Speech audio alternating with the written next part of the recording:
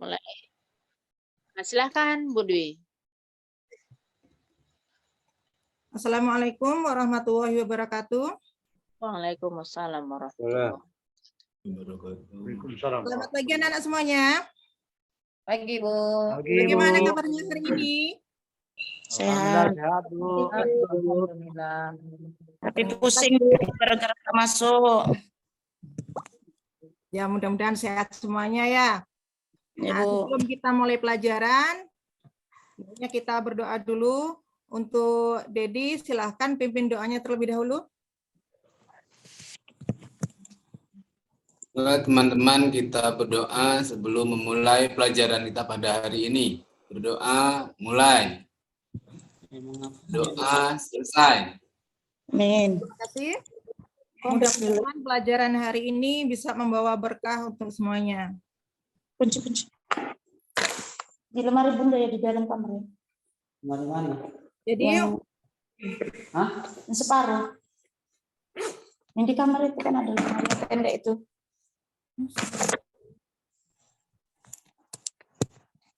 Tasnya bawa nah, mana tasnya?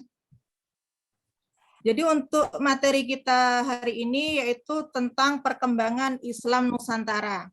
Adapun tujuan mempelajari perkembangan Islam Nusantara ini agar kita bisa mengetahui tentang bagaimana dulu awalnya Islam masuk ke Indonesia.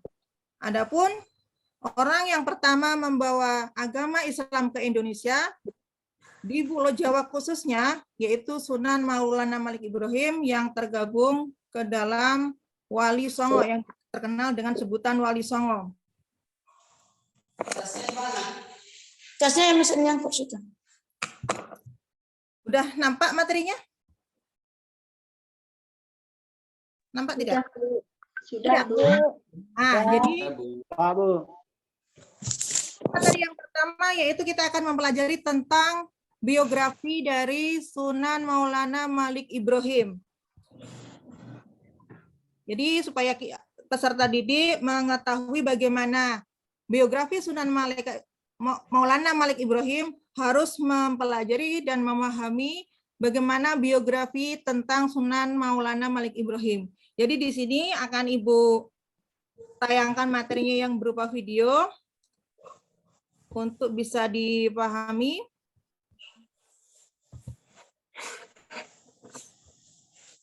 Maulana Malik Ibrahim atau lebih dikenal dengan nama Sunan Gresik merupakan salah satu dari 9 wali bagian syiar Islam di Indonesia, khususnya di Jawa. Merujuk kepada Babat Tanah Jawi versi J.J. Mensma, disebutkan bahwa Maulana Malik Ibrahim adalah yang lahir di Samarkand, Asia Tengah, pada paruh awal abad ke-14. Nama lain Maulana Malik Ibrahim selain Sunan Gresik adalah Syekh Maghrib dan Mahmud Ibrahim al-Samarkandi. Orang Jawa menyebutnya Maulana Malik Ibrahim disebut-sebut sebagai wali pertama yang menyebarkan agama Islam di tanah Jawa, sehingga dikenal sebagai wali senior di antara para wali songo lainnya. Sebelum berdakwah ke tanah Jawa, Maulana Malik Ibrahim bermukim di Campa selama 13 tahun. Beliau menikahi putri raja yang memberinya 2 putra, yaitu Raden Rahmat atau Sunan Ampel dan Syed Ali Murtado atau Santri. Setelah cukup menjalankan misi dakwah di negeri ini, Maulana Malik Ibrahim hijrah ke Pulau Jawa dan meninggalkan keluarganya. Beliau menyebarkan Islam, dimulai dengan mendirikan masjid di desa Pasucinan, Suci Manyan. Sejak kecil, Maulana Malik Ibrahim tergolong anak cerdas dan alim, serta berwatak mulia. Sesudah mendapat pendidikan agama dari ayahnya, maka pada abad ke-13 Masehi atau tahun 801 Hijriah, Maulana Malik Ibrahim ditugaskan ayahnya untuk menjalankan dakwah Islam ke Asia Tenggara dengan luas demi mentaati perintah ayahnya. Hingga akhirnya sampailah Maulana Malik Ibrahim di Pelabuhan Gresik. Saat itu, Pelabuhan Gresik merupakan salah satu pelabuhan yang cukup besar di Asia Tenggara.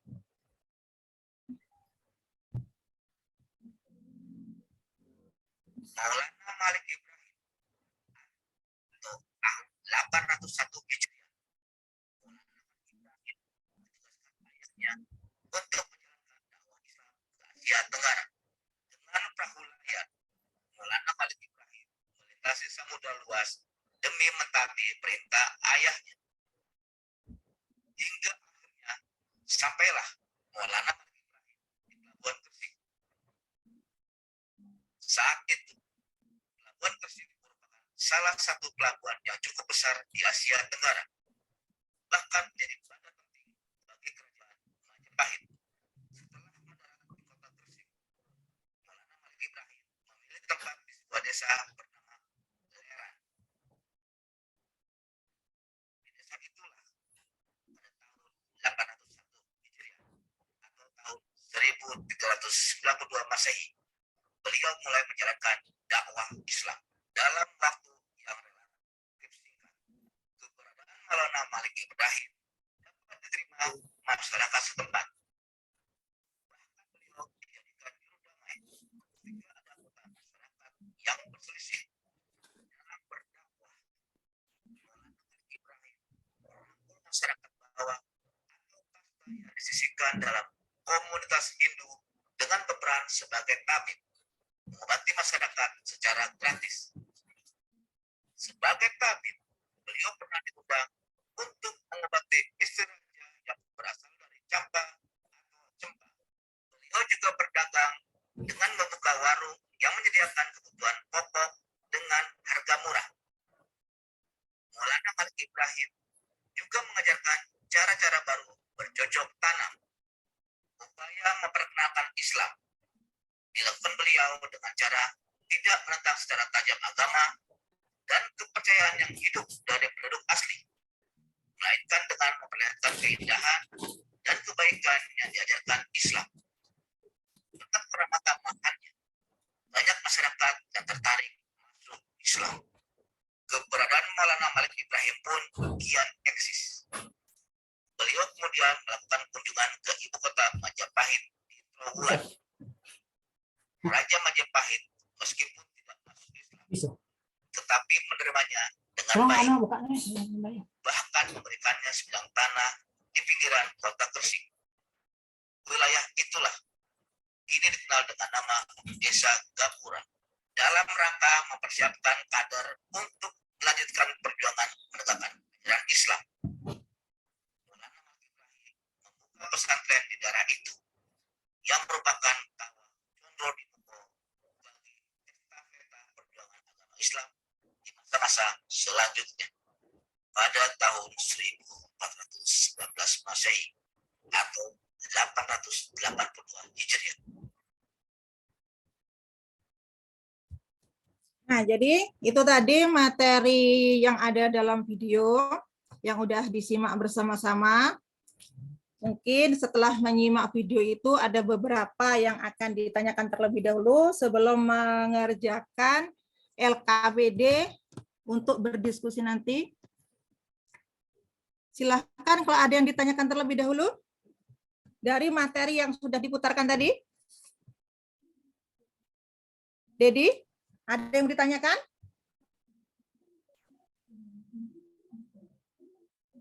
Fitri? Bu, Ya, Dedi. Dari tahun berapa sampai tahun berapa Maulana Malik Ibrahim itu menjabat, Bu? Maulana Malik Ibrahim menjabat menjadi Wali Songo maksudnya? Ya. Nah, jadi di sini disebutkan bahwa Sunan Maulana Malik Ibrahim itu merupakan salah satu sunan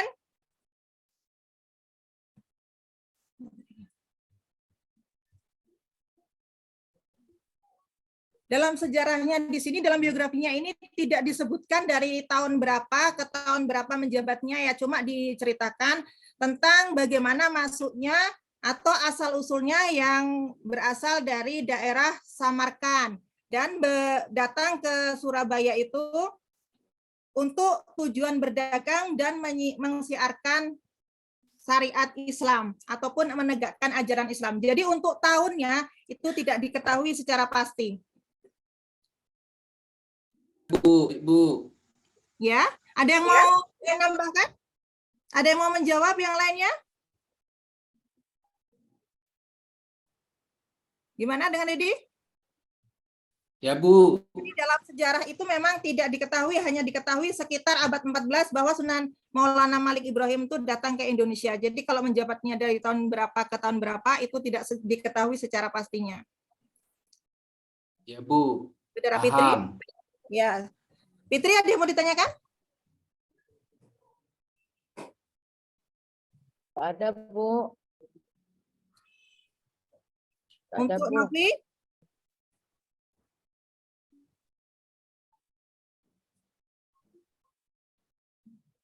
Nah, jadi kalau tidak ada yang ditanyakan, Ibu lanjutkan. Jadi untuk materi hari ini itu tentang biografi Sunan Maulana Malik Ibrahim yang menyebarkan agama Islam di Indonesia, khususnya di Pulau Jawa. Jadi Pak Wali Songo itu, dari 9 wali itu menyebarkan Islam di Pulau Jawa semuanya, dan Maulana Malik Ibrahim itu menyebarkan di daerah Gresik, Jawa Timur. Ada yang udah pernah ke Gresik? Nggak ada, Bu. Nggak ada. Jadi di daerah Gresik itu adalah wilayah penyebaran Islam Maulana Malik Ibrahim khususnya. Makanya Maulana Malik Ibrahim itu juga disebut juga dengan Sunan Gresik. Jadi sebutan Sunan Gresik itu karena beliau menyebarkan atau menegakkan ajaran Islam di Gresik. Pada awalnya, aktivitas yang dilakukan yaitu berdagang atau membuka warung dengan menjual bahan sembako yang sangat murah dan membantu mengobati masyarakat yang sakit itu dengan cara gratis. Ya. Kira-kira kalau menjual sembako dengan harga yang sangat murah itu rugi apa tidak? Menurut kalian? Rugi, Bu. Rugi, Bu. Rugi ya? Ya, Bu. Ya.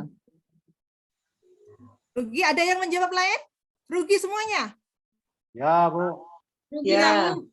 Rugi. Kalau dilihat dari segi dagangnya, dari prinsip dagangnya, memang menjual dengan harga murah itu memang pasti rugi. Tapi tujuan di sini atau berdagang yang dimaksudkan murah dari sangat murah itu adalah bagian sembakonya.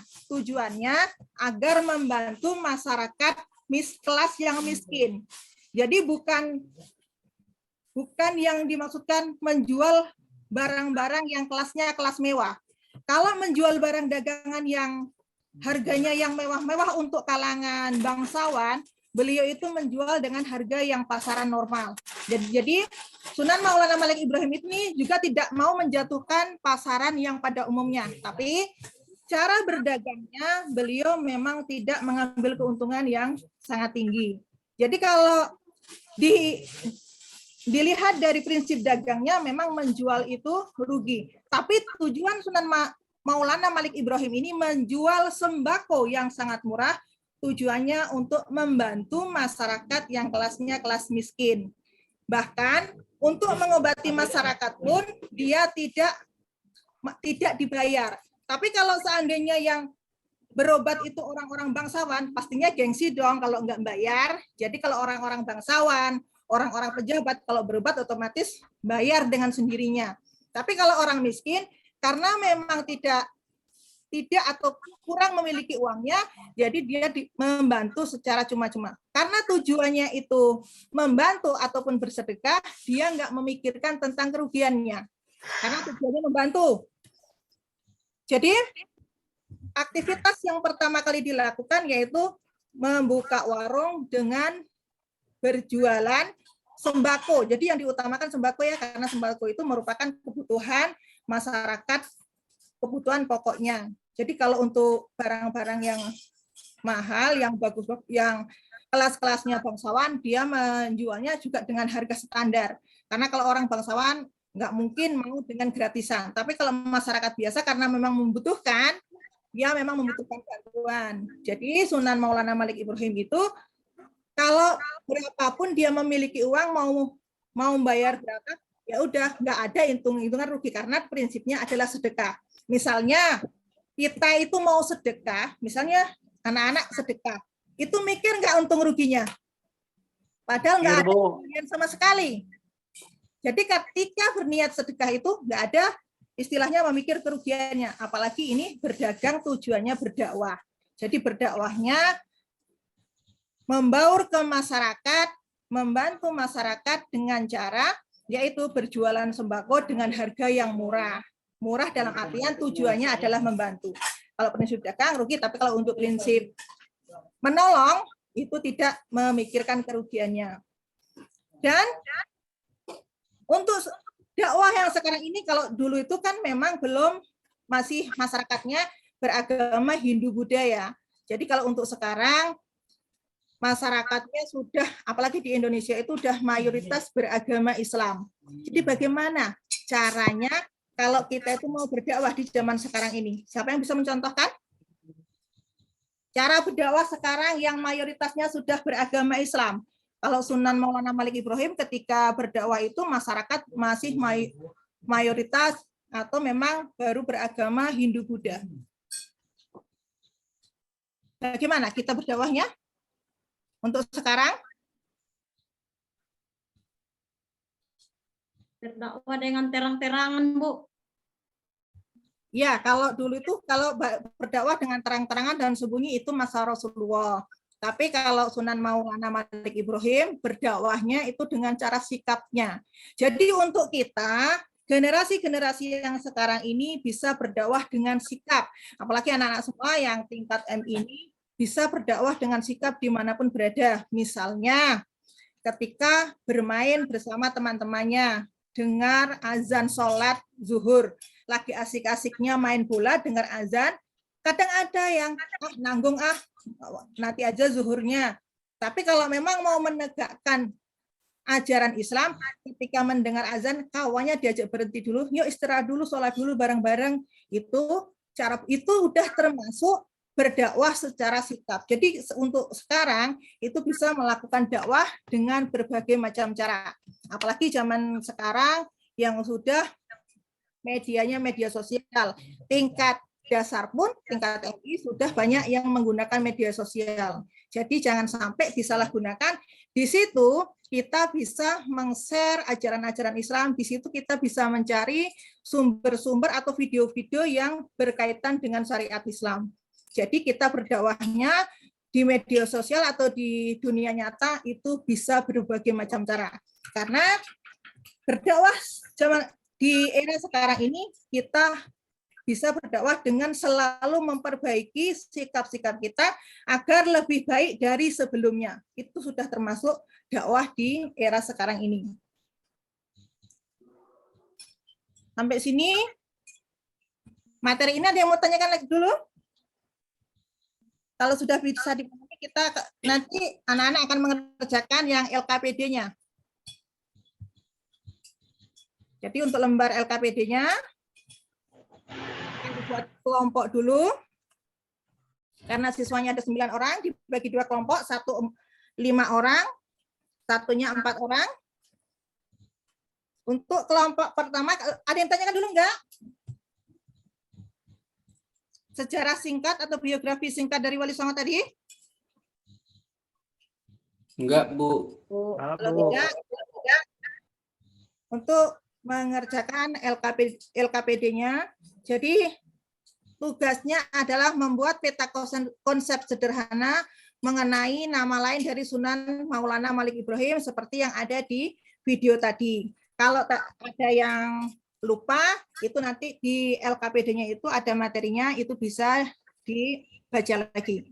Jadi pertama yaitu membuat peta konsep sederhana mengenai nama lain dari Sunan Maulana Malik Ibrahim dan menjelaskan kenapa Sunan Maulana Malik Ibrahim itu memiliki nama-nama banyak. Untuk kelompok pertama yaitu Dedi, Fitri, Lismawati, Novi. Untuk kelompok B atau yang kedua, Ahmad, Idarlianti, Siti Aisyah, Siti Rohana, dan Zainal Rahmawati. Untuk kelompok pertama ini akan Ibu kasih nama Campa, yaitu daerah yang pernah didatangi Sunan Maulana Malik Ibrahim sebelum datang ke Indonesia atau datang ke Pulau Jawa. Kalau Sembalo ini, yang kedua yaitu Ibu kasih nama kelompok Sembalo. Kelompok Sembalo ini adalah nama tempat pertama kali Sunan Maulana Malik Ibrahim datang ke Pulau Jawa atau khususnya di Jawa Timur itu. Jadi silakan untuk mengerjakan, membuat peta konsep sederhana mengenai nama lain dari Sunan Maulana Malik Ibrahim. Silakan dikerjakan terlebih dahulu. Iya, Bu.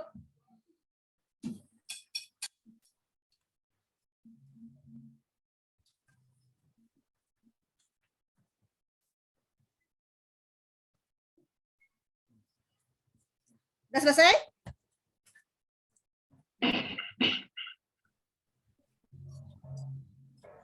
Sepertinya kelompok Campa sudah selesai ya peta konsepnya ya.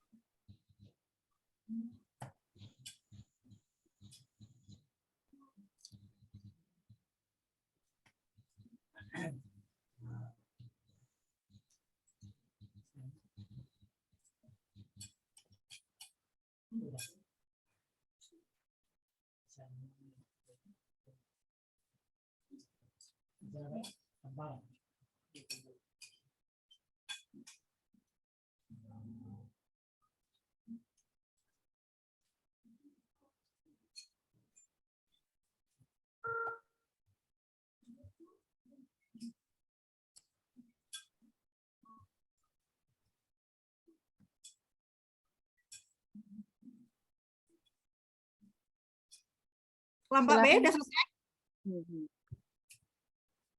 Ya, nama lain dari Sunan Maulana Malik Ibrahim tadi benar, itu ada Sunan Gresik, ada Kakek Bantal, ada Sunan atau Maulana Maghribi. Benar, itu kelompok B.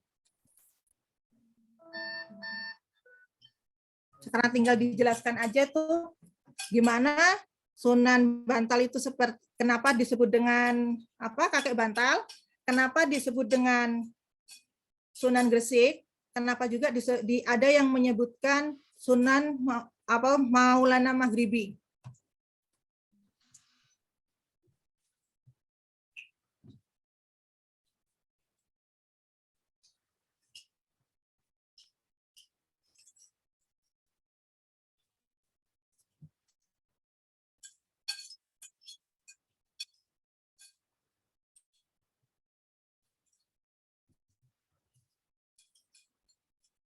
Udah selesai menyusun?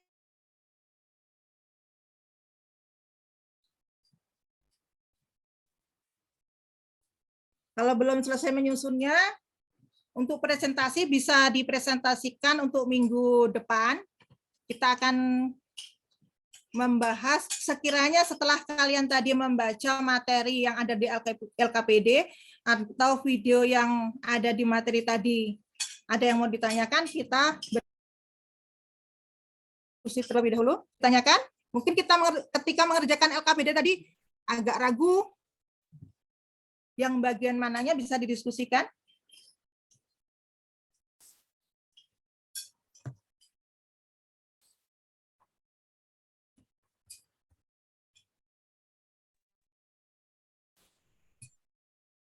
Saudara Novi, ada yang mau ditanyakan?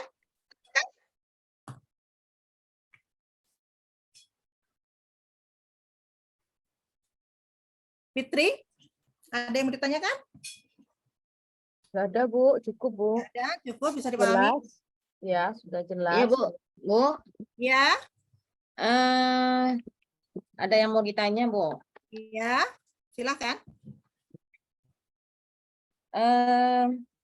Apakah Sunan Maulana Malik Ibrahim ini boleh dipanggil dengan nama kakek bantal, Bu?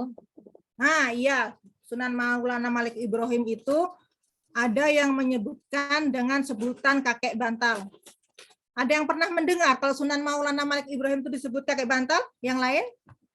Ada yang pernah mendengar enggak? Sunan Maulana Malik Ibrahim itu disebut dengan kakek bantal. Nggak pernah dengar Ibu. Belum pernah dengar. Bukan nggak pernah ya, tapi belum. Nah, tapi belum. Kalau belum itu namanya masih proses, memang belum pernah mendengar. Nah, jadi ya kita bahas bahwa di Sunan Maulana Malik Ibrahim itu memang ada sebagian masyarakat yang memanggil atau menjuluki kakek bantal karena setiap mengajar ngaji itu atau memberi pelajaran pengetahuan agama itu kitabnya Al-Quran atau Al-Hadis itu diletakkan di atas bantal. Jadi ketika mengajari santri-santrinya di atas bantal. Tapi jangan salah paham dulu, bantal yang digunakan khusus untuk mengaji, bukan bantal yang untuk tidur. Jadi bantalnya itu bantal yang untuk khusus. Kalau zaman sekarang kan sudah ada yang khususnya yang untuk mengaji, untuk meletakkan Al-Quran ya.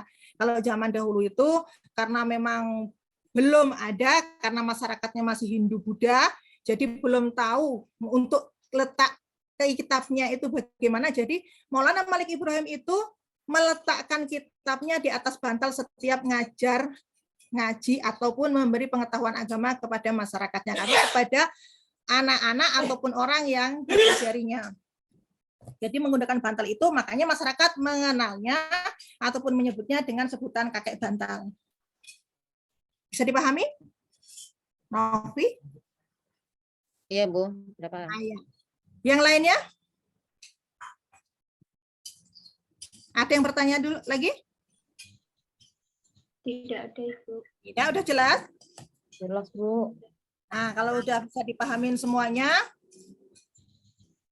jadi biografi Sunan Maulana Malik Ibrahim itu, Maulana Malik Ibrahim itu memiliki nama-nama yang banyak, di antaranya yang terkenal di masyarakat Indonesia itu yang sebutan Sunan Gresik, Sunan Maghribi, dan kakek bantal itu. Jadi itu memiliki sejarah semuanya. Kalau di zaman sekarang kira-kira boleh nggak kita memanggil kawannya dengan sebutan nama-nama seperti itu? Misalnya nyebut kawannya atau memanggil kawannya itu dengan bukan nama aslinya.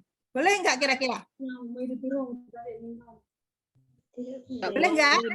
Nggak boleh. Nggak boleh Bu. Nggak boleh, Bu. Yang tidak boleh alasannya apa? Bisa menjelaskan? Karena nama sudah dikasih sama orang tuanya Bu. Ya, bagus. Ada jawaban yang lain? Karena nama itu memiliki arti khusus, Bu. Ya, kalau di dalam kehidupan itu ada nggak di sekitar kalian itu ada orang-orang yang dipanggil dengan nama bukan aslinya? Ada tidak? Ada, Bu. Paling dia panggil AA gitu. AA itu panggilan. Tapi kalau di tempat ibu itu ada, misalnya kadang-kadang ada dalam pergaulan itu ketika dipanggil kawannya itu nggak cepat-cepat ngejawab, itu biasanya dipanggil, wih bolot, karena nggak mau cepat dengar gitu ya, itu panggilnya bolot. Memang kalau dalam ajaran Islam itu kita memanggil kawannya dengan sebutan lain, itu tidak boleh. Karena apa? Itu bisa menyakitin. Apalagi sebutannya itu yang tidak enak. Sedangkan sebutan yang bagus pun, kalau yang dipanggil itu tidak mau, kita juga tidak boleh melakukannya. Tapi kalau Maulana Malik Ibrahim itu dijuluki dengan kakek bantal, dia nggak mempermasalahkan karena memang disebut kakek bantal.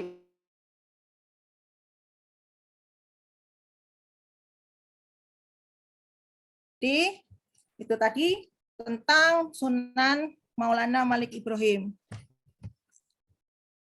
Sampai di sini udah bisa dipahami materi hari ini? Bisa Bu. Kalau udah dipahami, jadi untuk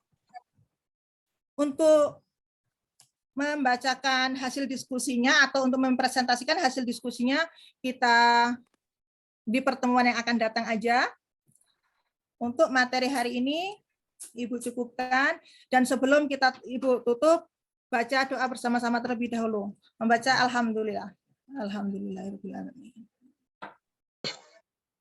Sampai sini materi hari ini Ibu cukupkan. Assalamualaikum warahmatullahi wabarakatuh. Waalaikumsalam warahmatullahi Warahmatullahi wabarakatuh. wabarakatuh.